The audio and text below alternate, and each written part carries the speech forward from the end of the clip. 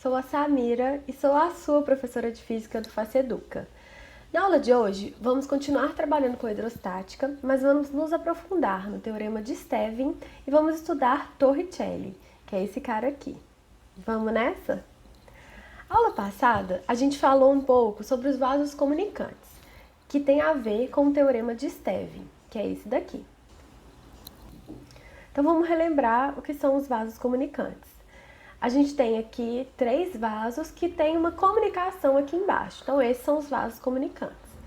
E aí, com base no teorema de Stevin, a gente consegue chegar a algumas conclusões. Então primeiro, nessa linha A, eu tenho a superfície do líquido em contato com o ar. E acima desse ar, eu tenho uma coluna de ar até o final da atmosfera. Essa coluna de ar tem um peso, que esse peso nessa área eu chamo de pressão atmosférica. Então, como esses 3 potes, esses 3 vasos, estão destampados nessa superfície do líquido, eu tenho o valor de 1 atm, que é a pressão atmosférica, ok? Em qualquer ponto desse líquido, por exemplo, nessa linha B, posso marcar 3 pontos. Um ponto aqui no vaso 3, um no 2, um no 1. Se eles têm a mesma altura, se eles estão numa horizontal assim, eu posso garantir que os 3 têm a mesma pressão. Então, por quê? Como que eu consigo determinar a pressão, por exemplo, nesse ponto? Usando o teorema de Stevin, que fala o seguinte, que a pressão nesse ponto, pressão P nesse ponto, vai ser igual à pressão na superfície do líquido. Então, como esse líquido está destampado, tem sobre ele a pressão atmosférica. Então, pressão atmosférica mais ρGH. ρGH é a pressão da coluna d'água, aqui, pressionando esse ponto. Então, ρ é a densidade do líquido, G é a gravidade do planeta e H é essa alturinha ou a profundidade que o ponto está. Então, eu consigo encontrar essa pressão assim. Isso acontece para os 3, mesmo que tenham formatos diferentes. Isso acontece para todo líquido. Por exemplo, no ponto C, eu tenho a maior pressão. Por quê? Porque eu tenho a pressão atmosférica mais uma grande coluna d'água, nos 3 casos. Então, nessa linha C, eu tenho pressões iguais, né? E também a maior pressão, ok? Bom, se eu pegar e inclinar um pouco esses vasos comunicantes, nesse ponto aqui, que é a interseção, da superfície do líquido com o ar, eu ainda mantenho a mesma pressão, tá bom? Pontos que têm a mesma pressão eu chamo de isobáricos. Então vamos ver isso na vida real. Onde que isso é aplicado? Isso é aplicado, por exemplo, por pedreiros, que são trabalhadores da construção civil. Então, quando eles precisam fazer um nivelamento, por exemplo, eles vão colocar um piso, no chão. Só que quando eles quebram o piso que tinha anteriormente, esse piso ele está totalmente irregular. Então, por onde que eles conseguem marcar um ponto certo, uma referência horizontal, para poder colocar o piso e ele ficar retinho? Eles usam uma mangueirinha com água. Olha que legal. Eles pegam uma mangueira comprida e enchem de água. E aí eles seguram de um lado, por exemplo, aqui no lado A, no lado B, seguram essa mangueirinha, marcam o nivelamento. Então, nesse ponto inteiro, nessa linha de nivelamento, ele pode construir o piso que ele vai estar sempre nivelado. Então, eles usam vasos comunicantes. E isso funciona partindo do pressuposto que na horizontal, esses 2 pontos têm a mesma pressão e assim tem a mesma altura. Muito interessante, né? Então, vamos ver o que aconteceu com Torricelli. Torricelli era um discípulo de Galileu. E aí aconteceu um problema que o Galileu comentou com ele e ele conseguiu solucionar. Foi o seguinte: um construtor projetou para os jardins do Duque de Toscana uma bomba aspirante muito elevada, mas verificou que a água não podia ser aspirada a uma altura superior a 10,3 metros. Então vamos lá abrir um parênteses, o que é uma bomba aspirante? Então aqui é uma bomba aspirante, então eu pego essa válvula e mexo ela e aí a água sobe, né? Tem todo esse processo aqui. Então ela era bem comprida e por mais que ele fazia força, a água não subia mais do que 10,3 metros. E aí, o que o Torricelli afirmou? Vivemos no fundo de um oceano de ar, que é a atmosfera, né? Que conforme mostra a experiência, sem dúvida tem peso. Então, a partir disso, ele desenvolveu uma ideia. Então, aqui está o Torricelli fazendo um famoso experimento. O que ele fez nesse experimento? Ele pegou um tubo, encheu de mercúrio, e ele tinha um vaso, né? Também com mercúrio, e aí ele tampou a parte de cima desse tubo e colocou dentro do líquido. Quando estava totalmente dentro do líquido, ele destampou e deixou em equilíbrio. E aí, o mercúrio, ele cedeu, né? Ele deu um espaçozinho aqui e ficou em equilíbrio na altura de 760 milímetros. Nessa parte vazia, a gente tem vácuo, ou seja, ausência de matéria, né? E aí, ele chegou a algumas conclusões.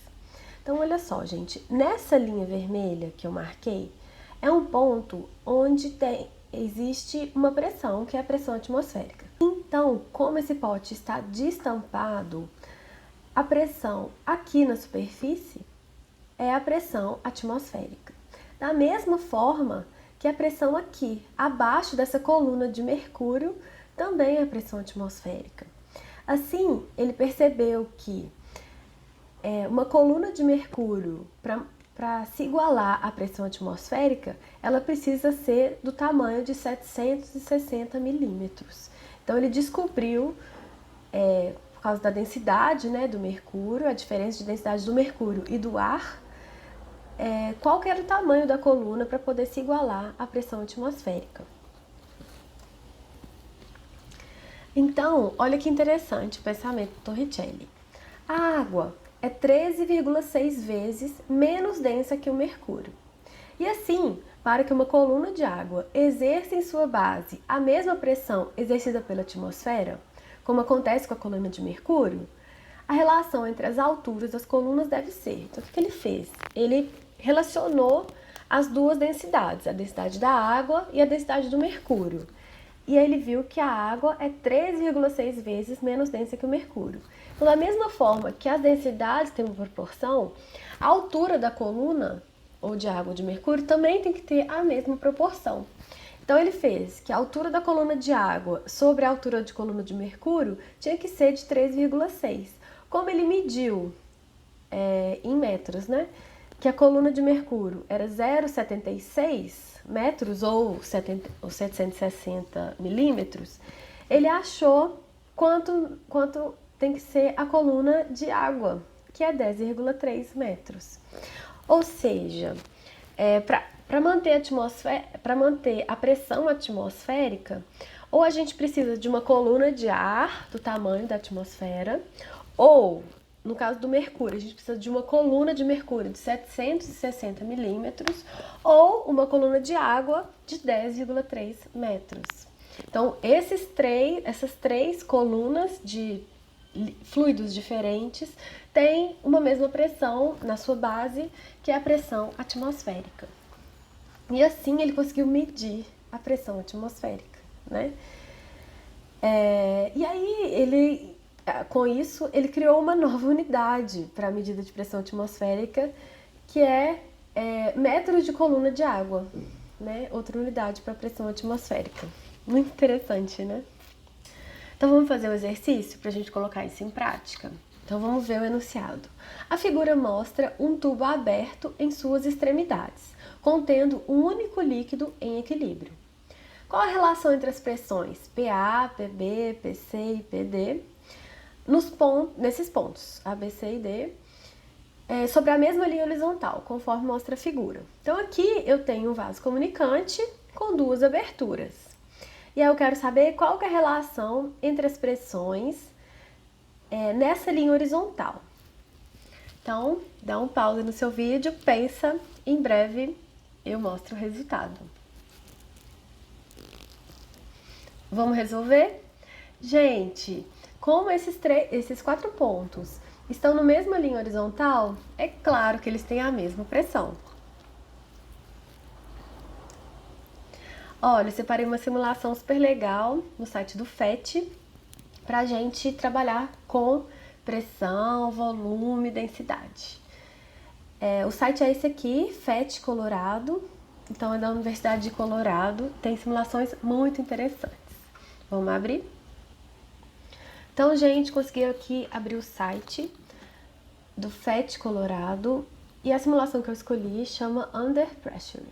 Então aqui eu tenho uma torneira que eu consigo encher minha piscina e aqui uma válvula que eu consigo retirar a água. Posso retirar medidores de pressão. Então aqui eu coloco a pressão, coloco a medição de pressão atmosférica, né? No nível aqui da superfície. E aqui eu consigo medir a pressão na superfície do líquido. Olha, deu um valor diferente. A gente estuda, um exercício que a gente faz, que a pressão é a mesma. Mas na verdade, existe uma coluna de ar aqui extra, né? Que essa simulação considera. E vamos medir a pressão no fundo da piscina. Aqui. Então, olha, com a simulação a gente consegue ver que a pressão no fundo da piscina, por causa que ela tem a pressão atmosférica, a pressão de coluna de ar e a pressão da coluna de água, então faz com que esse ponto aqui no fundo seja o valor com maior pressão. E à medida que eu vou aumentando a quantidade de água, essa pressão no fundo vai ficando cada vez maior. Não é isso? Então, esses valores aqui são medidos em quilopascal. Por quê? Porque está no sistema inglês. No sistema inglês, isso aqui é 101,325 quilopascais. Então, no sistema inglês, o ponto é igual a vírgula. Então, para a gente lê 101,325 pascais.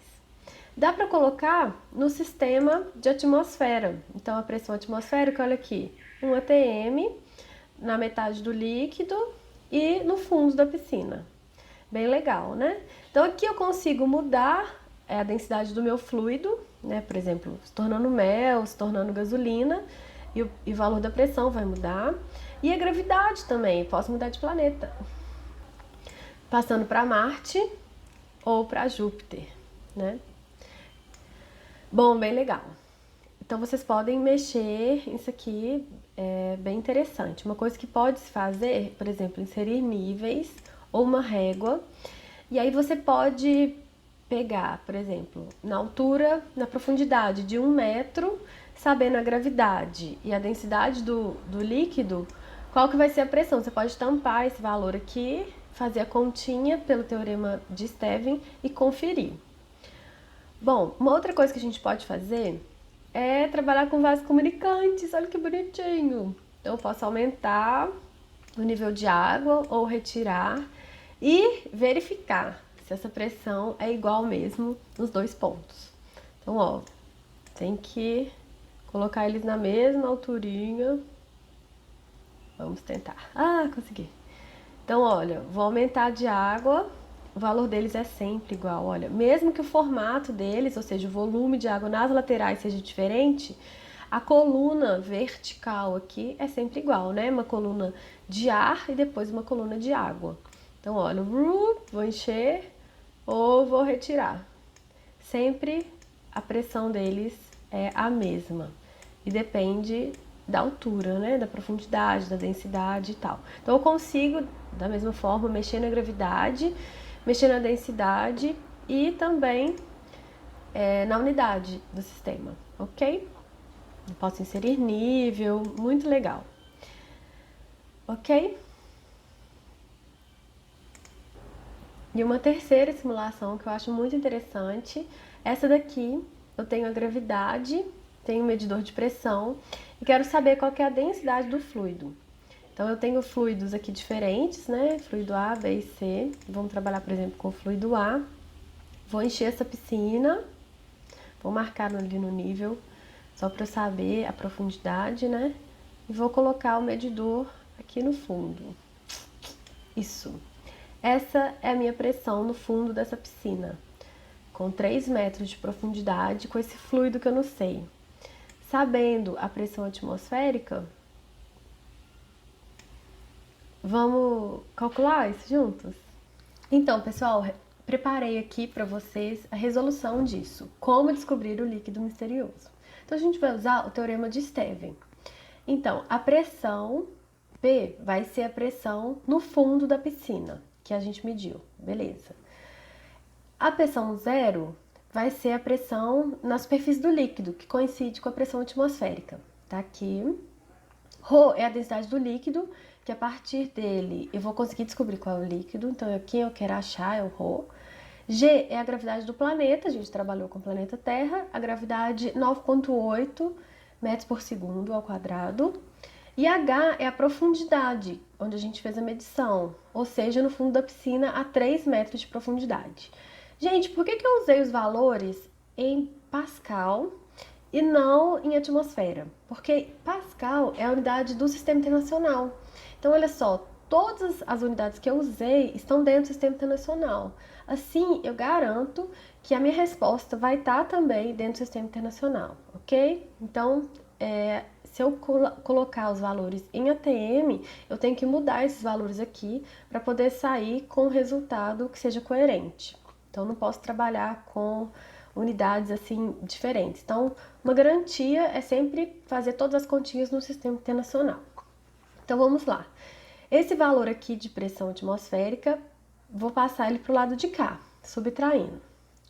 Então, vai sobrar o Rho, gravidade e altura, ou profundidade. Fazendo essa continha aqui, eu acho 49 mil e pouquinho, igual esse daqui. Fazendo essa continha, acho 29,4. Então, para eu achar a densidade, quem está multiplicando ela passa por outro lado, dividindo. Então, vai ter 49 mil e pouquinho dividido por 29 e pouquinho. Fazendo essa continha, a gente acha 1.690 quilogramas por metro cúbico. Então, provavelmente, isso é mel. Então, gente, volta lá na simulação, faz os outros fluidos e tenta descobrir, provavelmente, quais são os líquidos. Beleza?